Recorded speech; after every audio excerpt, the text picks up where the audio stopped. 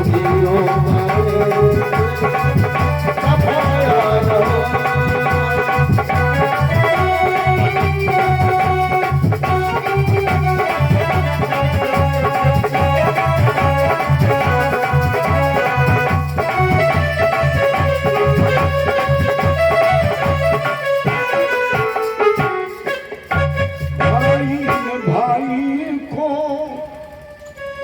फसाया न होता तो वीरों का ऐसे सफाया न होता। अरे हमी को जो खाया न होता तो गैरों ने कब्जा भैया जमाया न हो। और इसी की पंक्ति है महाभारत का युद्ध।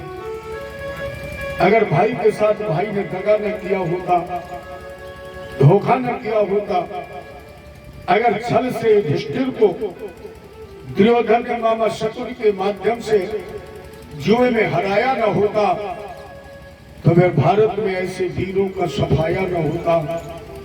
वही वेद व्यास जी ने लिखा, यदा मृगे कौरव संजया नाम वीरे स्वथो वीर गतम गतेषु ब्रकोदराभि गदाभिमर्शै भग्नोरुदण्डे धृतराष्ट्रपुत्री। इस समय महाभारत का युद्ध हुआ तो पांडुपुत्र ब्रकोदर माने भीम ने धृतराष्ट्र के 99 पुत्रों को मारने के बाद सभी पुत्र दुर्योधन की दाहिनी जंघा पर गदा को वार कर दिया। जैसे गदा का वार किया दुर्योधन की जंघा टूट गई, धराशायी हो गया। महाभारत के युद्ध का समापन हो गया।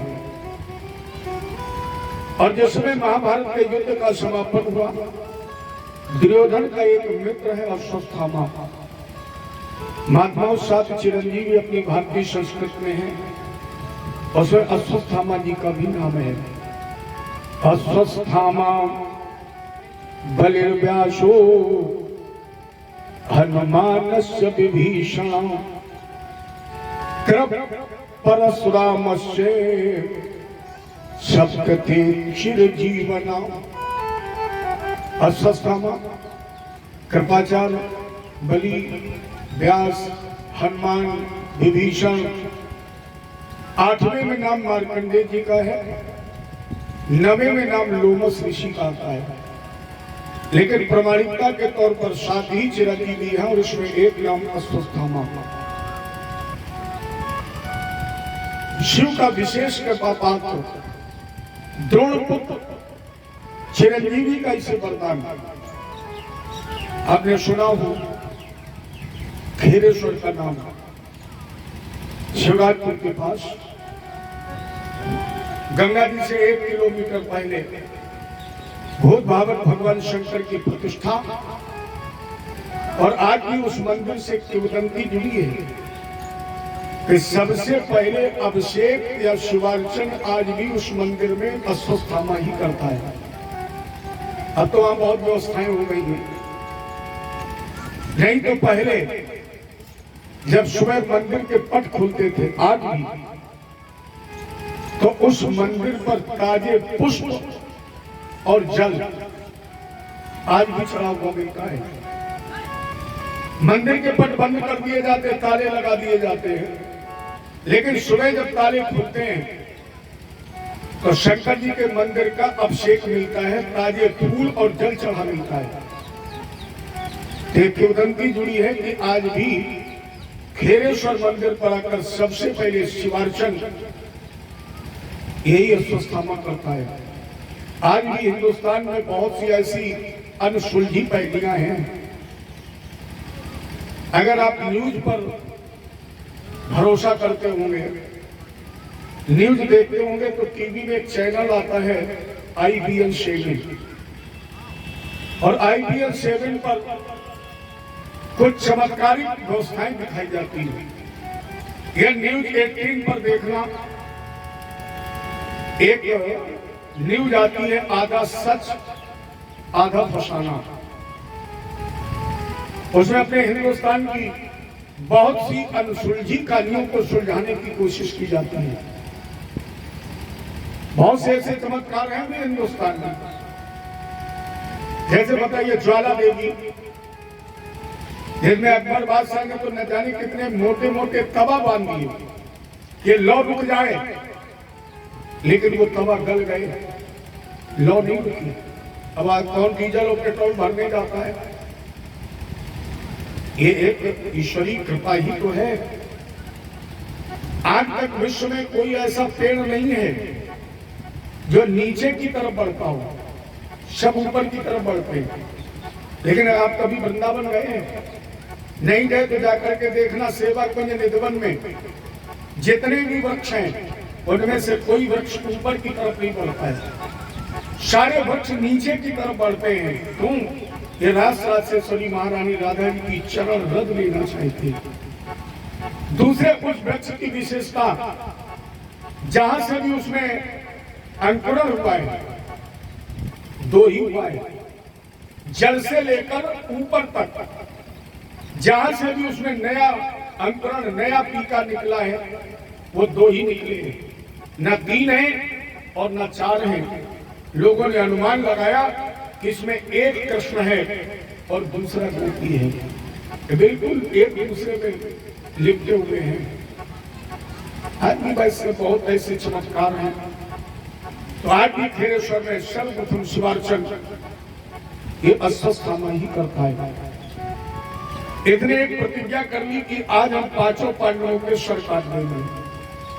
क्योंकि अश्वत्थामा ने सोचा, जे न मित्र दुख हो ही दुखारी, और नहीं बिलोकत पातक भारी। जो अपने मित्र के दुख दर्द में दुखी नहीं होते हैं, जो अपने मित्र के दुख दर्द को नहीं बताते हैं, ऐसे मित्र का मुख देखने में भी दोष लगता है। तो अश्वत्थामा ने संकल्प ले लिया कि मेरे मित्र दुर्योधन की दाहिनी जंगा भीम की गदा से टूट गई, ये आज हम 5 पांडवों के सर काट देंगे। अश्वत्थामा क्रोध में ये भूल गया, जिसके जीवन रूपी बरतती वागडोर हमारे ठाकुर जी के हाथ में, उसे कौन मार सकता है? उसे मारने वाला मैंने जग में नहीं निहारा, जगत में जिसका जगत पिता रखवाला। मैं कहता डरके कि चोट पर सुनियो कान लगाए लाला, हरि है 1000 हाथ वाला। और 1000 हाथ वाला जब बचाता है ना, तो 2 हाथ वाला तुम्हारा कुछ बिगाड़ नहीं सकता है। या जाको राखे साइया, मार सके ना कोई, बाल न बाका कर सके,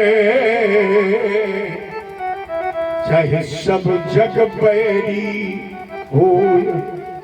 जाको राखे साइया, भगवान कृष्ण ने केवल अर्जुन के जीवन रूपी रथ को नहीं हांका। अर्जुन के अगर जीवन रूपी रथ को हांका होता तो भीष्म के बाणों से पहले ही निगल गया होता। भगवान कृष्ण ने हनुमान जी के माध्यम से इस रथ की सुरक्षा 18 दिन कराई है। ये तो मैं तो पहले दिन जल गया। और जैसे 18वें दिन युद्ध समाप्त हुआ, भगवान कृष्ण बोले अर्जुन रथ से उतर जा। अर्जुन बोले कन्हैया पहले आप उतरिए, क्योंकि नियम होता है बैठने वाला पहले उतरता है, सवारी बाद में उतरती है। आज भी आपने देखा होगा, बस जब स्टॉप पर खड़ी होगी तो ड्राइवर पहले उतरता है, सवारी बाद में उतरती है। या जब बैलगाड़ी चलती थी तो पहले हाँकने वाला ही तो उतरता था। लेकिन कन्हैया आप उतर जाइए। भगवान बोले अर्जुन नियम की बात बाद में होगी, पहले तुम रथ से उतर जाओ। और जैसे अर्जुन रथ से उतरे, भगवान ने लगाई छलांग।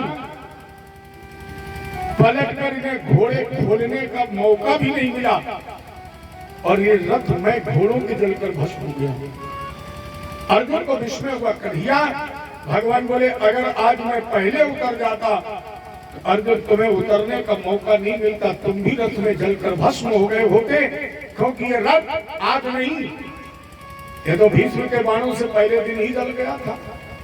अब जरा सोचिए, जिसने अर्जुन के रथ को 18 दिन तक सुरक्षित रखा है, क्या उसे कोई मार सकता है? और फिर अर्जुन का भगवान से एक संबंध नहीं है। अर्जुन का पहला संबंध भक्त और भगवान का है, दूसरा संबंध दोनों भाई हैं, क्योंकि अर्जुन भगवान कृष्ण की बुआ के पुत्र हैं, दोनों भाई है, दूसरा संबंध है। तीसरा संबंध अर्जुन नर है, कृष्ण नारायण है। चौथा संबंध भगवान कृष्ण नौकर है और अर्जुन मालिक है। अगर जिसका नौकर भगवान हो उसे कोई मार सकता है? भैया रथ पर बैठने वाला मालिक होता है और हाँकने वाला नौकर होता है। भगवान ने अर्जुन का रथ हाँका है, ये अर्जुन मालिक हैं और भगवान नौकर हैं।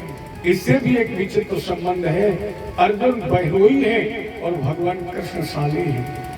इसके स्वयं भगवान साले हो, उसे कौन मार सकता है? और सबसे बड़ी बात तो यह है कि अर्जुन ने अपने जीवन रूपी रथ की बागडोर भगवान के हाथ में दे दी। जैसे अश्वत्थामा ने प्रतिज्ञा की कि आज हम पांचों पांडवों के सर काट देंगे, भगवान शिविर में करवट बदलने लगे। अर्जुन ने कहा नींद नहीं आ रही है। भगवान बोले नहीं, नींद नहीं आ रही है। फिर बोले मेरी इच्छा है कि चलो आज पांडवों के साथ हम कुछ रात में टहल लें। तो भगवान पांडवों को लेकर इस शिविर के बाहर निकल गए। इस शिविर में साथ में ही सो रहे थे द्रौपदी के 5 निरपराध बच्चे। ये अपने पांचों पिताओं के समकक्ष ही थे। भगवान ने शिविर बदल दिया। अश्वत्थामा क्रोध में अंधा उस शिविर में प्रविष्ट हुआ और सोए हुए द्रौपदी के 5 पुत्रों को पांडव समझकर पांचों का सर काट दिया और पांचों के सर लेकर कुरुक्षेत्र के मैदान में पहुंचे का भैया दुर्योधन, मैंने आपकी शत्रुता का कर्ज अदा कर दिया। मैंने आज शत्रुता बस पांडवों के सर काट दिए। दुर्योधन ने कहा मुझे भीम का सर दे दो, क्योंकि दुर्योधन सबसे ज्यादा अगर किसी को वैरी मानता था तो भीम को। कहा भीम का सर दे दो। और जैसे भीम का सर आया हाथ में और दुर्योधन ने चट से दबा दिया, सर टूट गया। दुर्योधन ने कहा नहीं अश्वत्थामा, ये भीम का सर नहीं है। भीम का सर कोई कद्दू है या कोई कुम्हेड़े का फल है? जरा सा दबा दिया और चट से टूट गया। इसके मतलब तुमने पांडवों का नहीं बल्कि पांडवों पुत्रों की हत्या की है। अश्वत्थामा, तुमने मेरी मित्रता का फर्ज अदा नहीं किया, बल्कि तुमने तो मेरे कुरुवंश का दीपक ही बुझा दिया। अश्वत्थामा, मेरी शत्रुता पांडवों से नहीं थी, सिंहासन से थी। और वो राज सत्ता का निर्णय तो हो गया, मेरे भैया युधिष्ठिर को विजय मिली, अब मेरी शत्रुता मुझसे भी तो नहीं गई। धिक्कारते हुए दुर्योधन ने महाप्रयाण किया और जब दुर्योधन महाप्रयाण कर गया, अब अश्वत्थामा पश्चाताप में जा रहा। तब तक उधर माता शिशूनाम निधनम सुतानाम अन्य समय घोरम परितप्यमाना। इधर जैसे सूर्योदय हुआ और द्रौपदी अपने पुत्रों के शिविर में पहुंची, 5 पुत्रों के सर कटे हुए धड़ पड़े थे। छत से चीत्कार करो थी माता शिशूनाम निधनम सुतानाम। जिस समय द्रौपदी ने अपने 5 पुत्रों को मृत देखा, माता जरा उस मां से पूछो जिस मां ने सूर्यास्त के समय अपने 5 बच्चों को गोद में बैठा कर भोजन कराया हो, जिस माँ ने अपने 5-5 पुत्रों को सीने से लगाकर स्तनपान कराया हूँ, जिस माँ ने सूर्यास्त के समय अपने 5-5 बच्चों को सुलाया हूँ, और जब उसकी सुबह आंख खुली हो तो एक रो नहीं बल्कि 5 पुत्र मृत पड़े हो, 5 पुत्रों के सर कटे हो, उस माँ का कितना करुण क्रंदन हुआ होगा।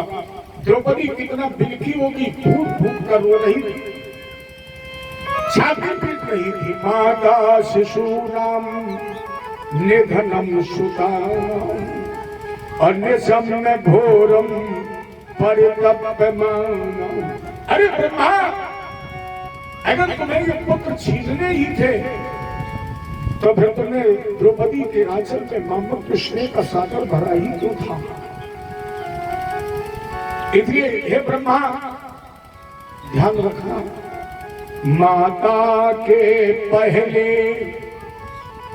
लाल मरे, ये नियम न मैं चलने दूंगी।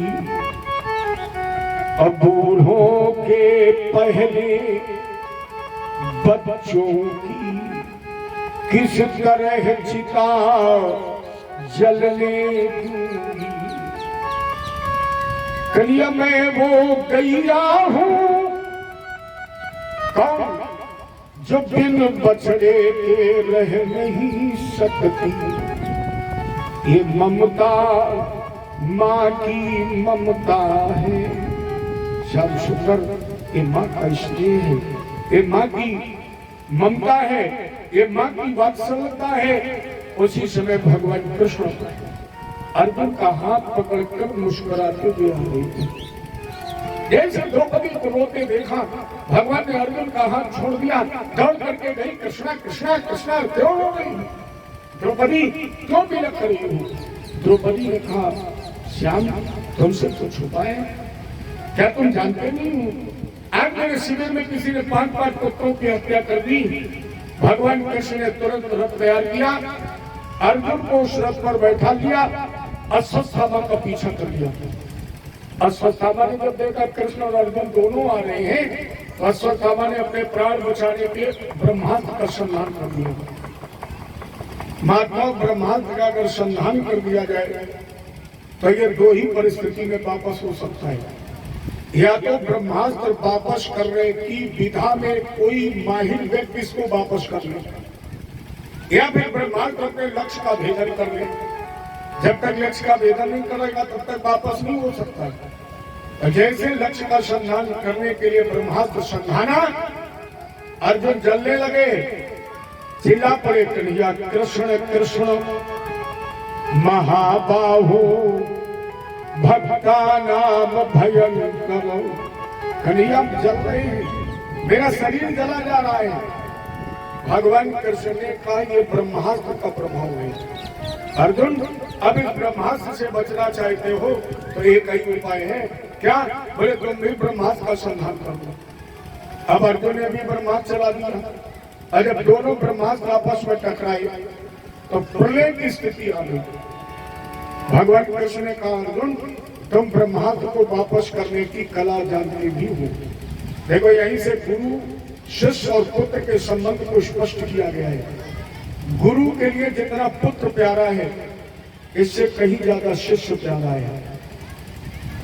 क्योंकि गुरु द्रोण ने अपने पुत्र को केवल एक विद्या दी है, ब्रह्मास्त्र का संधान, लेकिन अर्जुन को दोनों विधाएं दी हैं। अर्जुन ब्रह्मास्त्र का संधान भी कर सकते हैं और अर्जुन ब्रह्मास्त्र को वापस भी कर सकते हैं। ये कला अश्वत्थामा के पास नहीं है। अर्जुन ने दोनों ब्रह्मास्त्रों को वापस किया, दोनों ने भगवान की परिक्रमा की, भगवान के ही स्वरूप में समा गए। अर्जुन ने दौड़ करके अश्वत्थामा को पकड़ लिया। भगवान बोले, अर्जुन तो क्षत्रिय हो, क्षत्रिय का धर्म क्या है? अर्जुन ने कहा, क्षत्रिय का धर्म न्याय प्रिय। क्षत्रिय शब्द का निर्माण क्षत्रिय का अपभ्रंशित है। क्षत्रिय का अपभ्रंशित शब्द क्षत्रिय है। क्षत्रिय माने छाता, और छाता करता क्या है? अपने शरण में आए हुए व्यक्ति की धूप और पानी दोनों से सुरक्षा, उसे ही क्षत्रिय कहलाने का अधिकार है। जो छाता की तरह अपने शरण में आए हुए व्यक्ति की प्राणपण से सुरक्षा करे, माने शरणागत की रक्षा करे, वो छत्री कहलाने का अधिकारी है। छत्री न्यायप्रिय होना चाहिए। भगवान कृष्ण ने कहा तो आताताई की सजा क्या है? देखो, आताताई में किसे कह सकते हैं?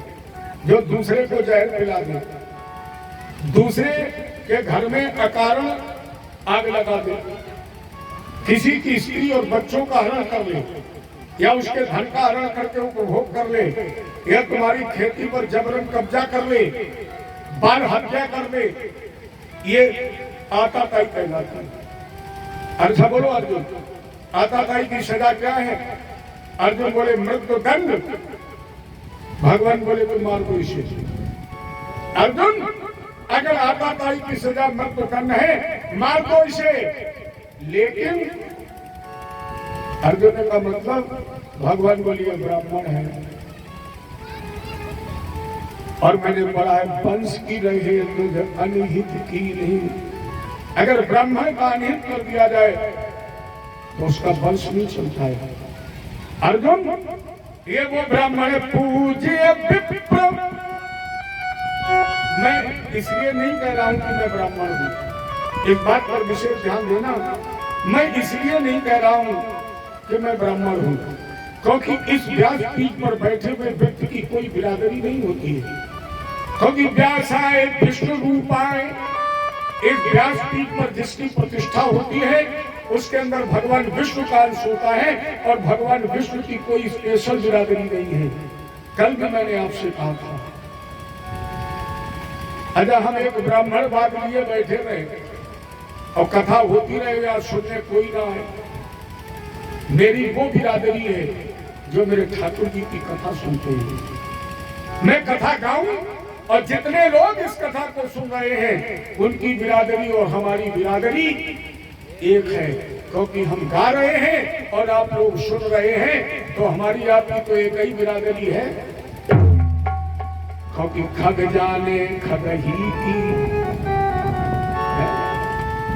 तो ब्राह्मणवाद से परे हटकर पूज्य विप्र सकल गुरहीना क्यों पूजनी है, इस पर एक मिनट चर्चा की जाए। संत, गुरु, ब्राह्मण, ये तीन समाज में क्यों पूजे जाते हैं? कारण क्या है? डॉक्टर, बहुत गहराई से समझना, डॉक्टर अगर भगवान को सुबह अगरबत्ती लगाता है और भगवान से कहता है कि मेरी डिस्पेंसरी अच्छी चले, अगर भगवान से कहता मेरी डॉक्टरी अच्छी चले, अच्छा बताइए डॉक्टर की डॉक्टरी कब अच्छी चलेगी? जब तुम बीमार होगे, कभी तो ग्लूकोज चलेगा। अच्छा वकील अगर बस्ता पर जाकर अगरबत्ती लगाता है और कहता है कि हमारी वकालत अच्छी चले, तो वकील की वकालत कब अच्छी चलेगी? जब घर में सर फुटौल होगा तब। और दरोगा अगर अगरबत्ती लगाए कि आज हमें भी सेवा शुल्क मिल जाए, तो कब मिलेगा? जब सवेरे सवेरे थाने में पहुंच जाओगे पड़ोसी की एप्लीकेशन लेकर। लेकिन अगर हम लोग ब्राह्मण, संत और गुरु अगर ये अगरबत्ती भगवान से लगाकर कहता है कि मेरी चढ़ौती अच्छी हो जाए, मेरी कथा अच्छी हो जाए, मुझे बहुत धन मिल जाए, तब वो धन तभी मिलेगा जब पहले आपके पास धन होगा। और अगर आपकी जेब में पैसा नहीं होगा, कथा कितनी भी अच्छी हो जाए चढ़ौती होगी। इसलिए हम लोग पूजे जाते हैं कि अगर हम अपने लिए भी मांगते हैं, अपना हित मांगते हैं, तो हमारा हित बाद में होता है, समाज का हित पहले होगा, और जब समाज का हित होगा तब हमारी पूजा होगी। इसलिए हम लोग पूजे जाते हैं, क्योंकि जग कल्याण हो जाए यही हम लोगों का उद्देश्य है। और जब जग कल्याण हो जाएगा तो साथ में मेरा भी, अच्छा तुम्हें 100 रुपए मिल जाए और उसमें से 10 हमें मिल जाए तो कौन सी दिक्कत है? अगर मेरे कहने से भगवान तुम्हें 100 रुपए दे दे और उसमें से तुम 10 रुपए चढ़ा दो तो 90 की तो भी प्रॉफिट है। इसलिए संत, ब्राह्मण और गुरु ये अगर अपना भी हित मांगते हैं तो उसमें भी कहीं ना कहीं यजमान का हित होता है, समाज का हित होता है, जगत का हित होता है, इसलिए पूजनीय है। और वही भगवान कह रहे हैं ये मारने के योग है, ये आताताई और बध करने के योग है, मार दो इसे, लेकिन ये ब्राह्मण है। और मैंने पढ़ा है, अरे वंश की रहे तो जो अनहित की है। और बताऊं, बोले विप्र वंश की अस प्रभुताई,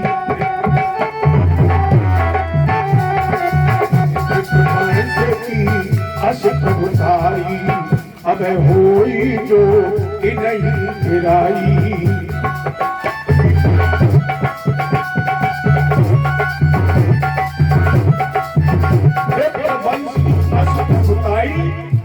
अभय हो जो इन्हें गिराई।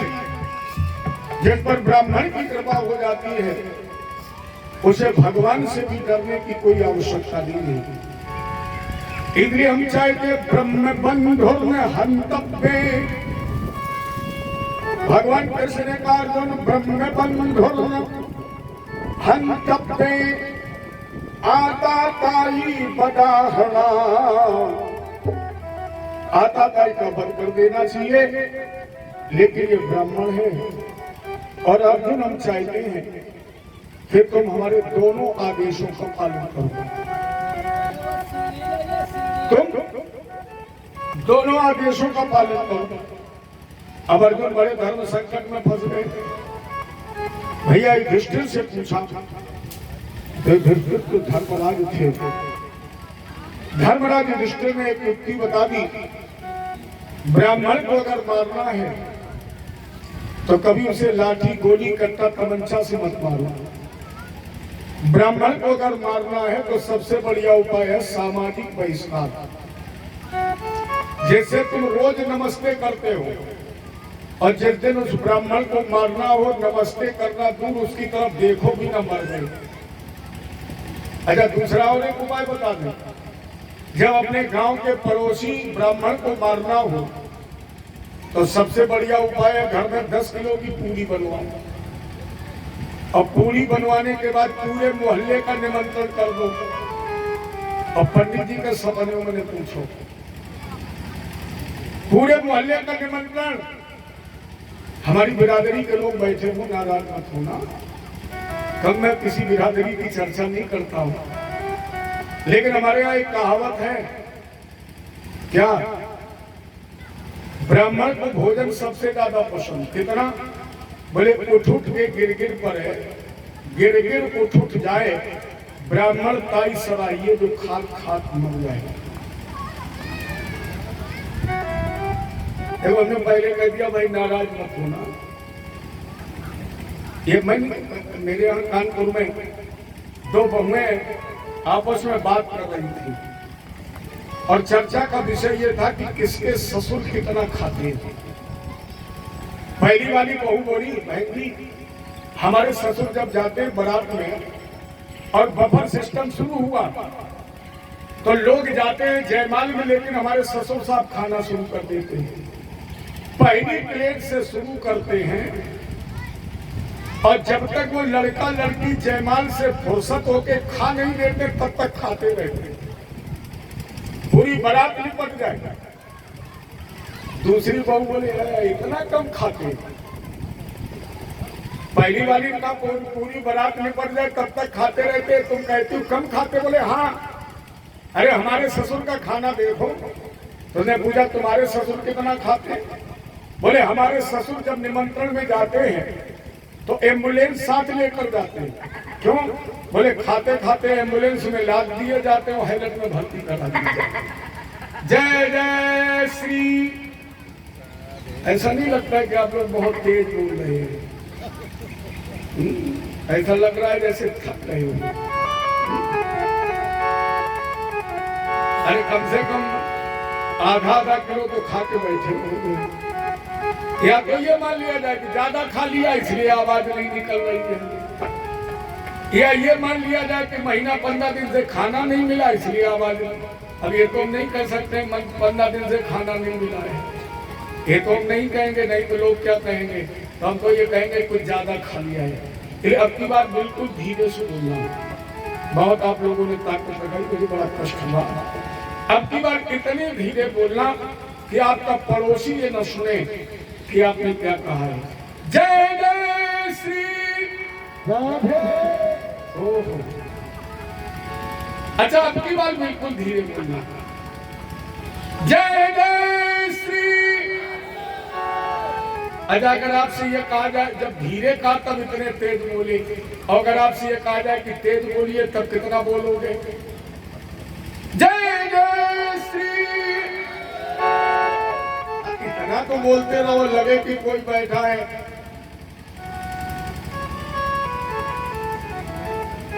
तो युधिष्ठिर ने कहा, अर्जुन, ब्राह्मण को मारने का सबसे बढ़िया उपाय है सामाजिक तिरस्कार, बहिष्कार, अपमान।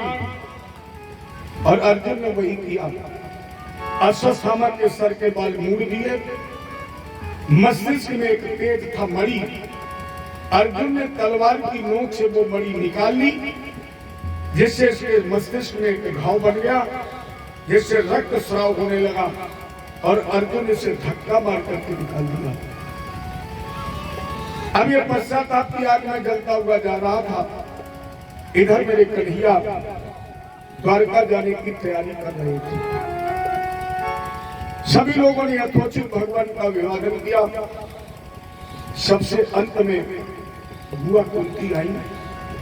कुंती ने भगवान को प्रणाम किया। कृष्णाय वासुदेवाय देवकी नंदनाय च नंद गोप कुमाराय गोविंदाय नमो नमः। नमः पंकज नाभाय नमः पंकज मालिने नमः पंकज नेत्राय नमः पंकजाग्रही। कुंती ने भगवान को प्रणाम किया। भगवान बोले, भगवान अब हमें पूरा करो, अब हम द्वारका जाना चाहते हैं, लेकिन इसके पहले मेरी याचना है। भगवान आज मेरे सामने अपने मन की बात प्रकट कर दो।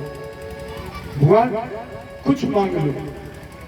और जैसे भगवान बोले मांग लो, कुंती ने कहा क्या मांग लो? ठाकुर जी क्या मांग ले? क्योंकि तुम्हारे दो ही पुत्र तो हैं, एक का नाम है सुख और दूसरे का नाम है दुख। अगर मैंने दुख मांग लिया तो सुख नाराज हो जाएगा, और सुख नाराज हो गया तो हमें क्या मिलेगा? दुख। और अगर हमने कहीं सुख मांग लिया तो दुख नाराज हो जाएगा, और दुख नाराज हो गया तो हमें क्या मिलेगा? दुख।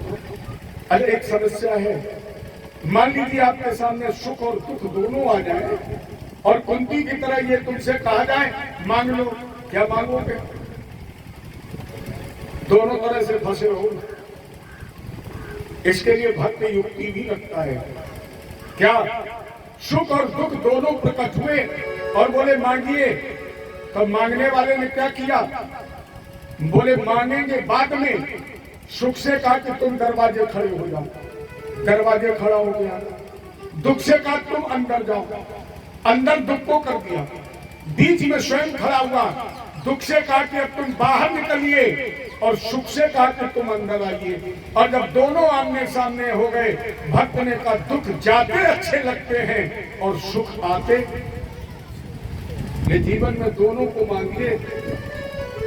कुंती ने बड़ा सुंदर भाव दिया, और कुंती कहने लगी ठाकुर जी संसार है एक नदिया। क्या मांगना है? संसार है एक नदिया,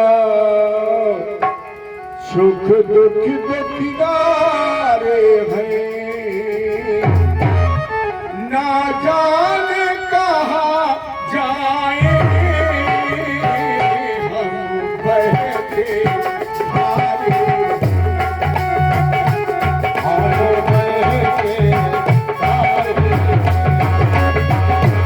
ना जाने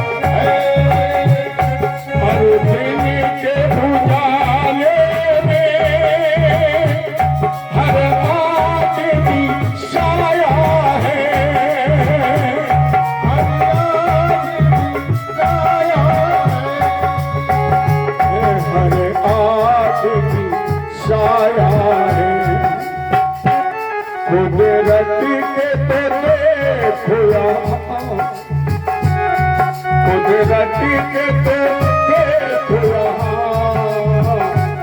ये खेल निराले हैं ना जाने कहाँ जाएंगे हम बहके भारी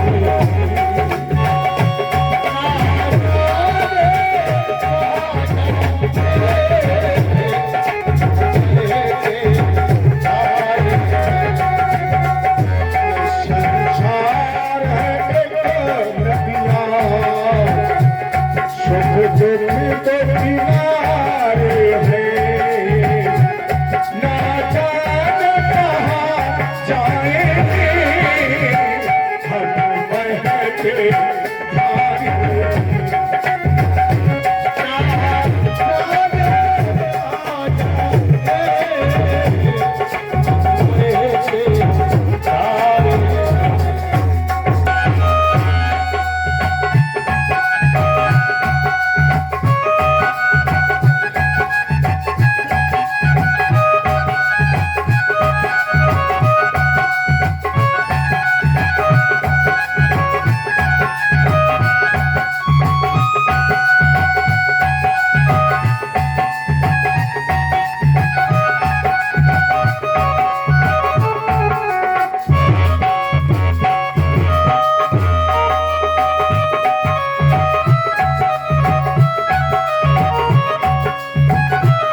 चलते हुए जीवन की संसार की हर सह है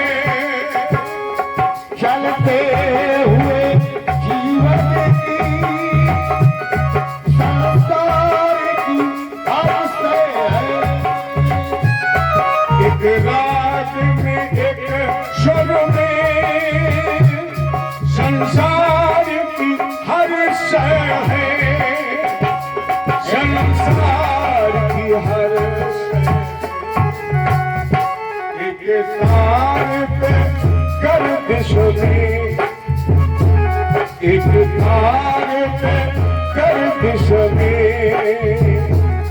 ये चांद सितारे हैं ना जाने कहाँ जाएंगे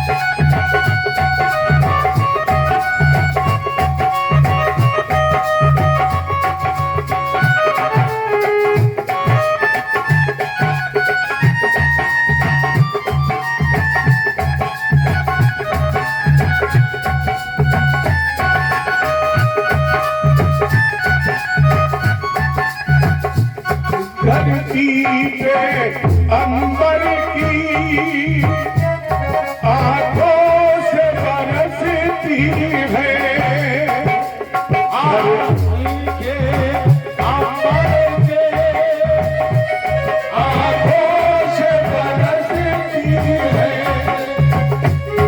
हर रोज यही बूंदे फिर बादल बनती है फिर बादल बनती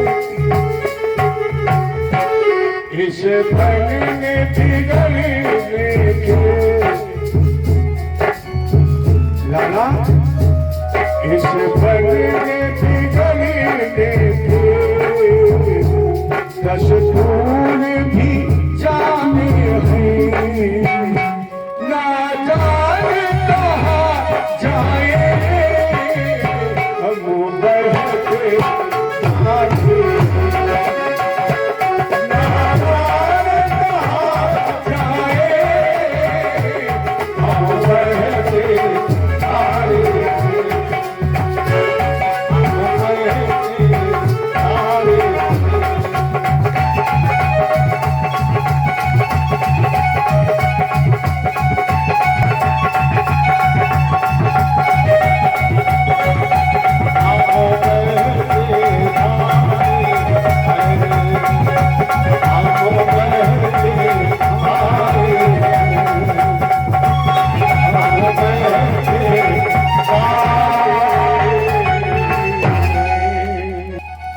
शर्म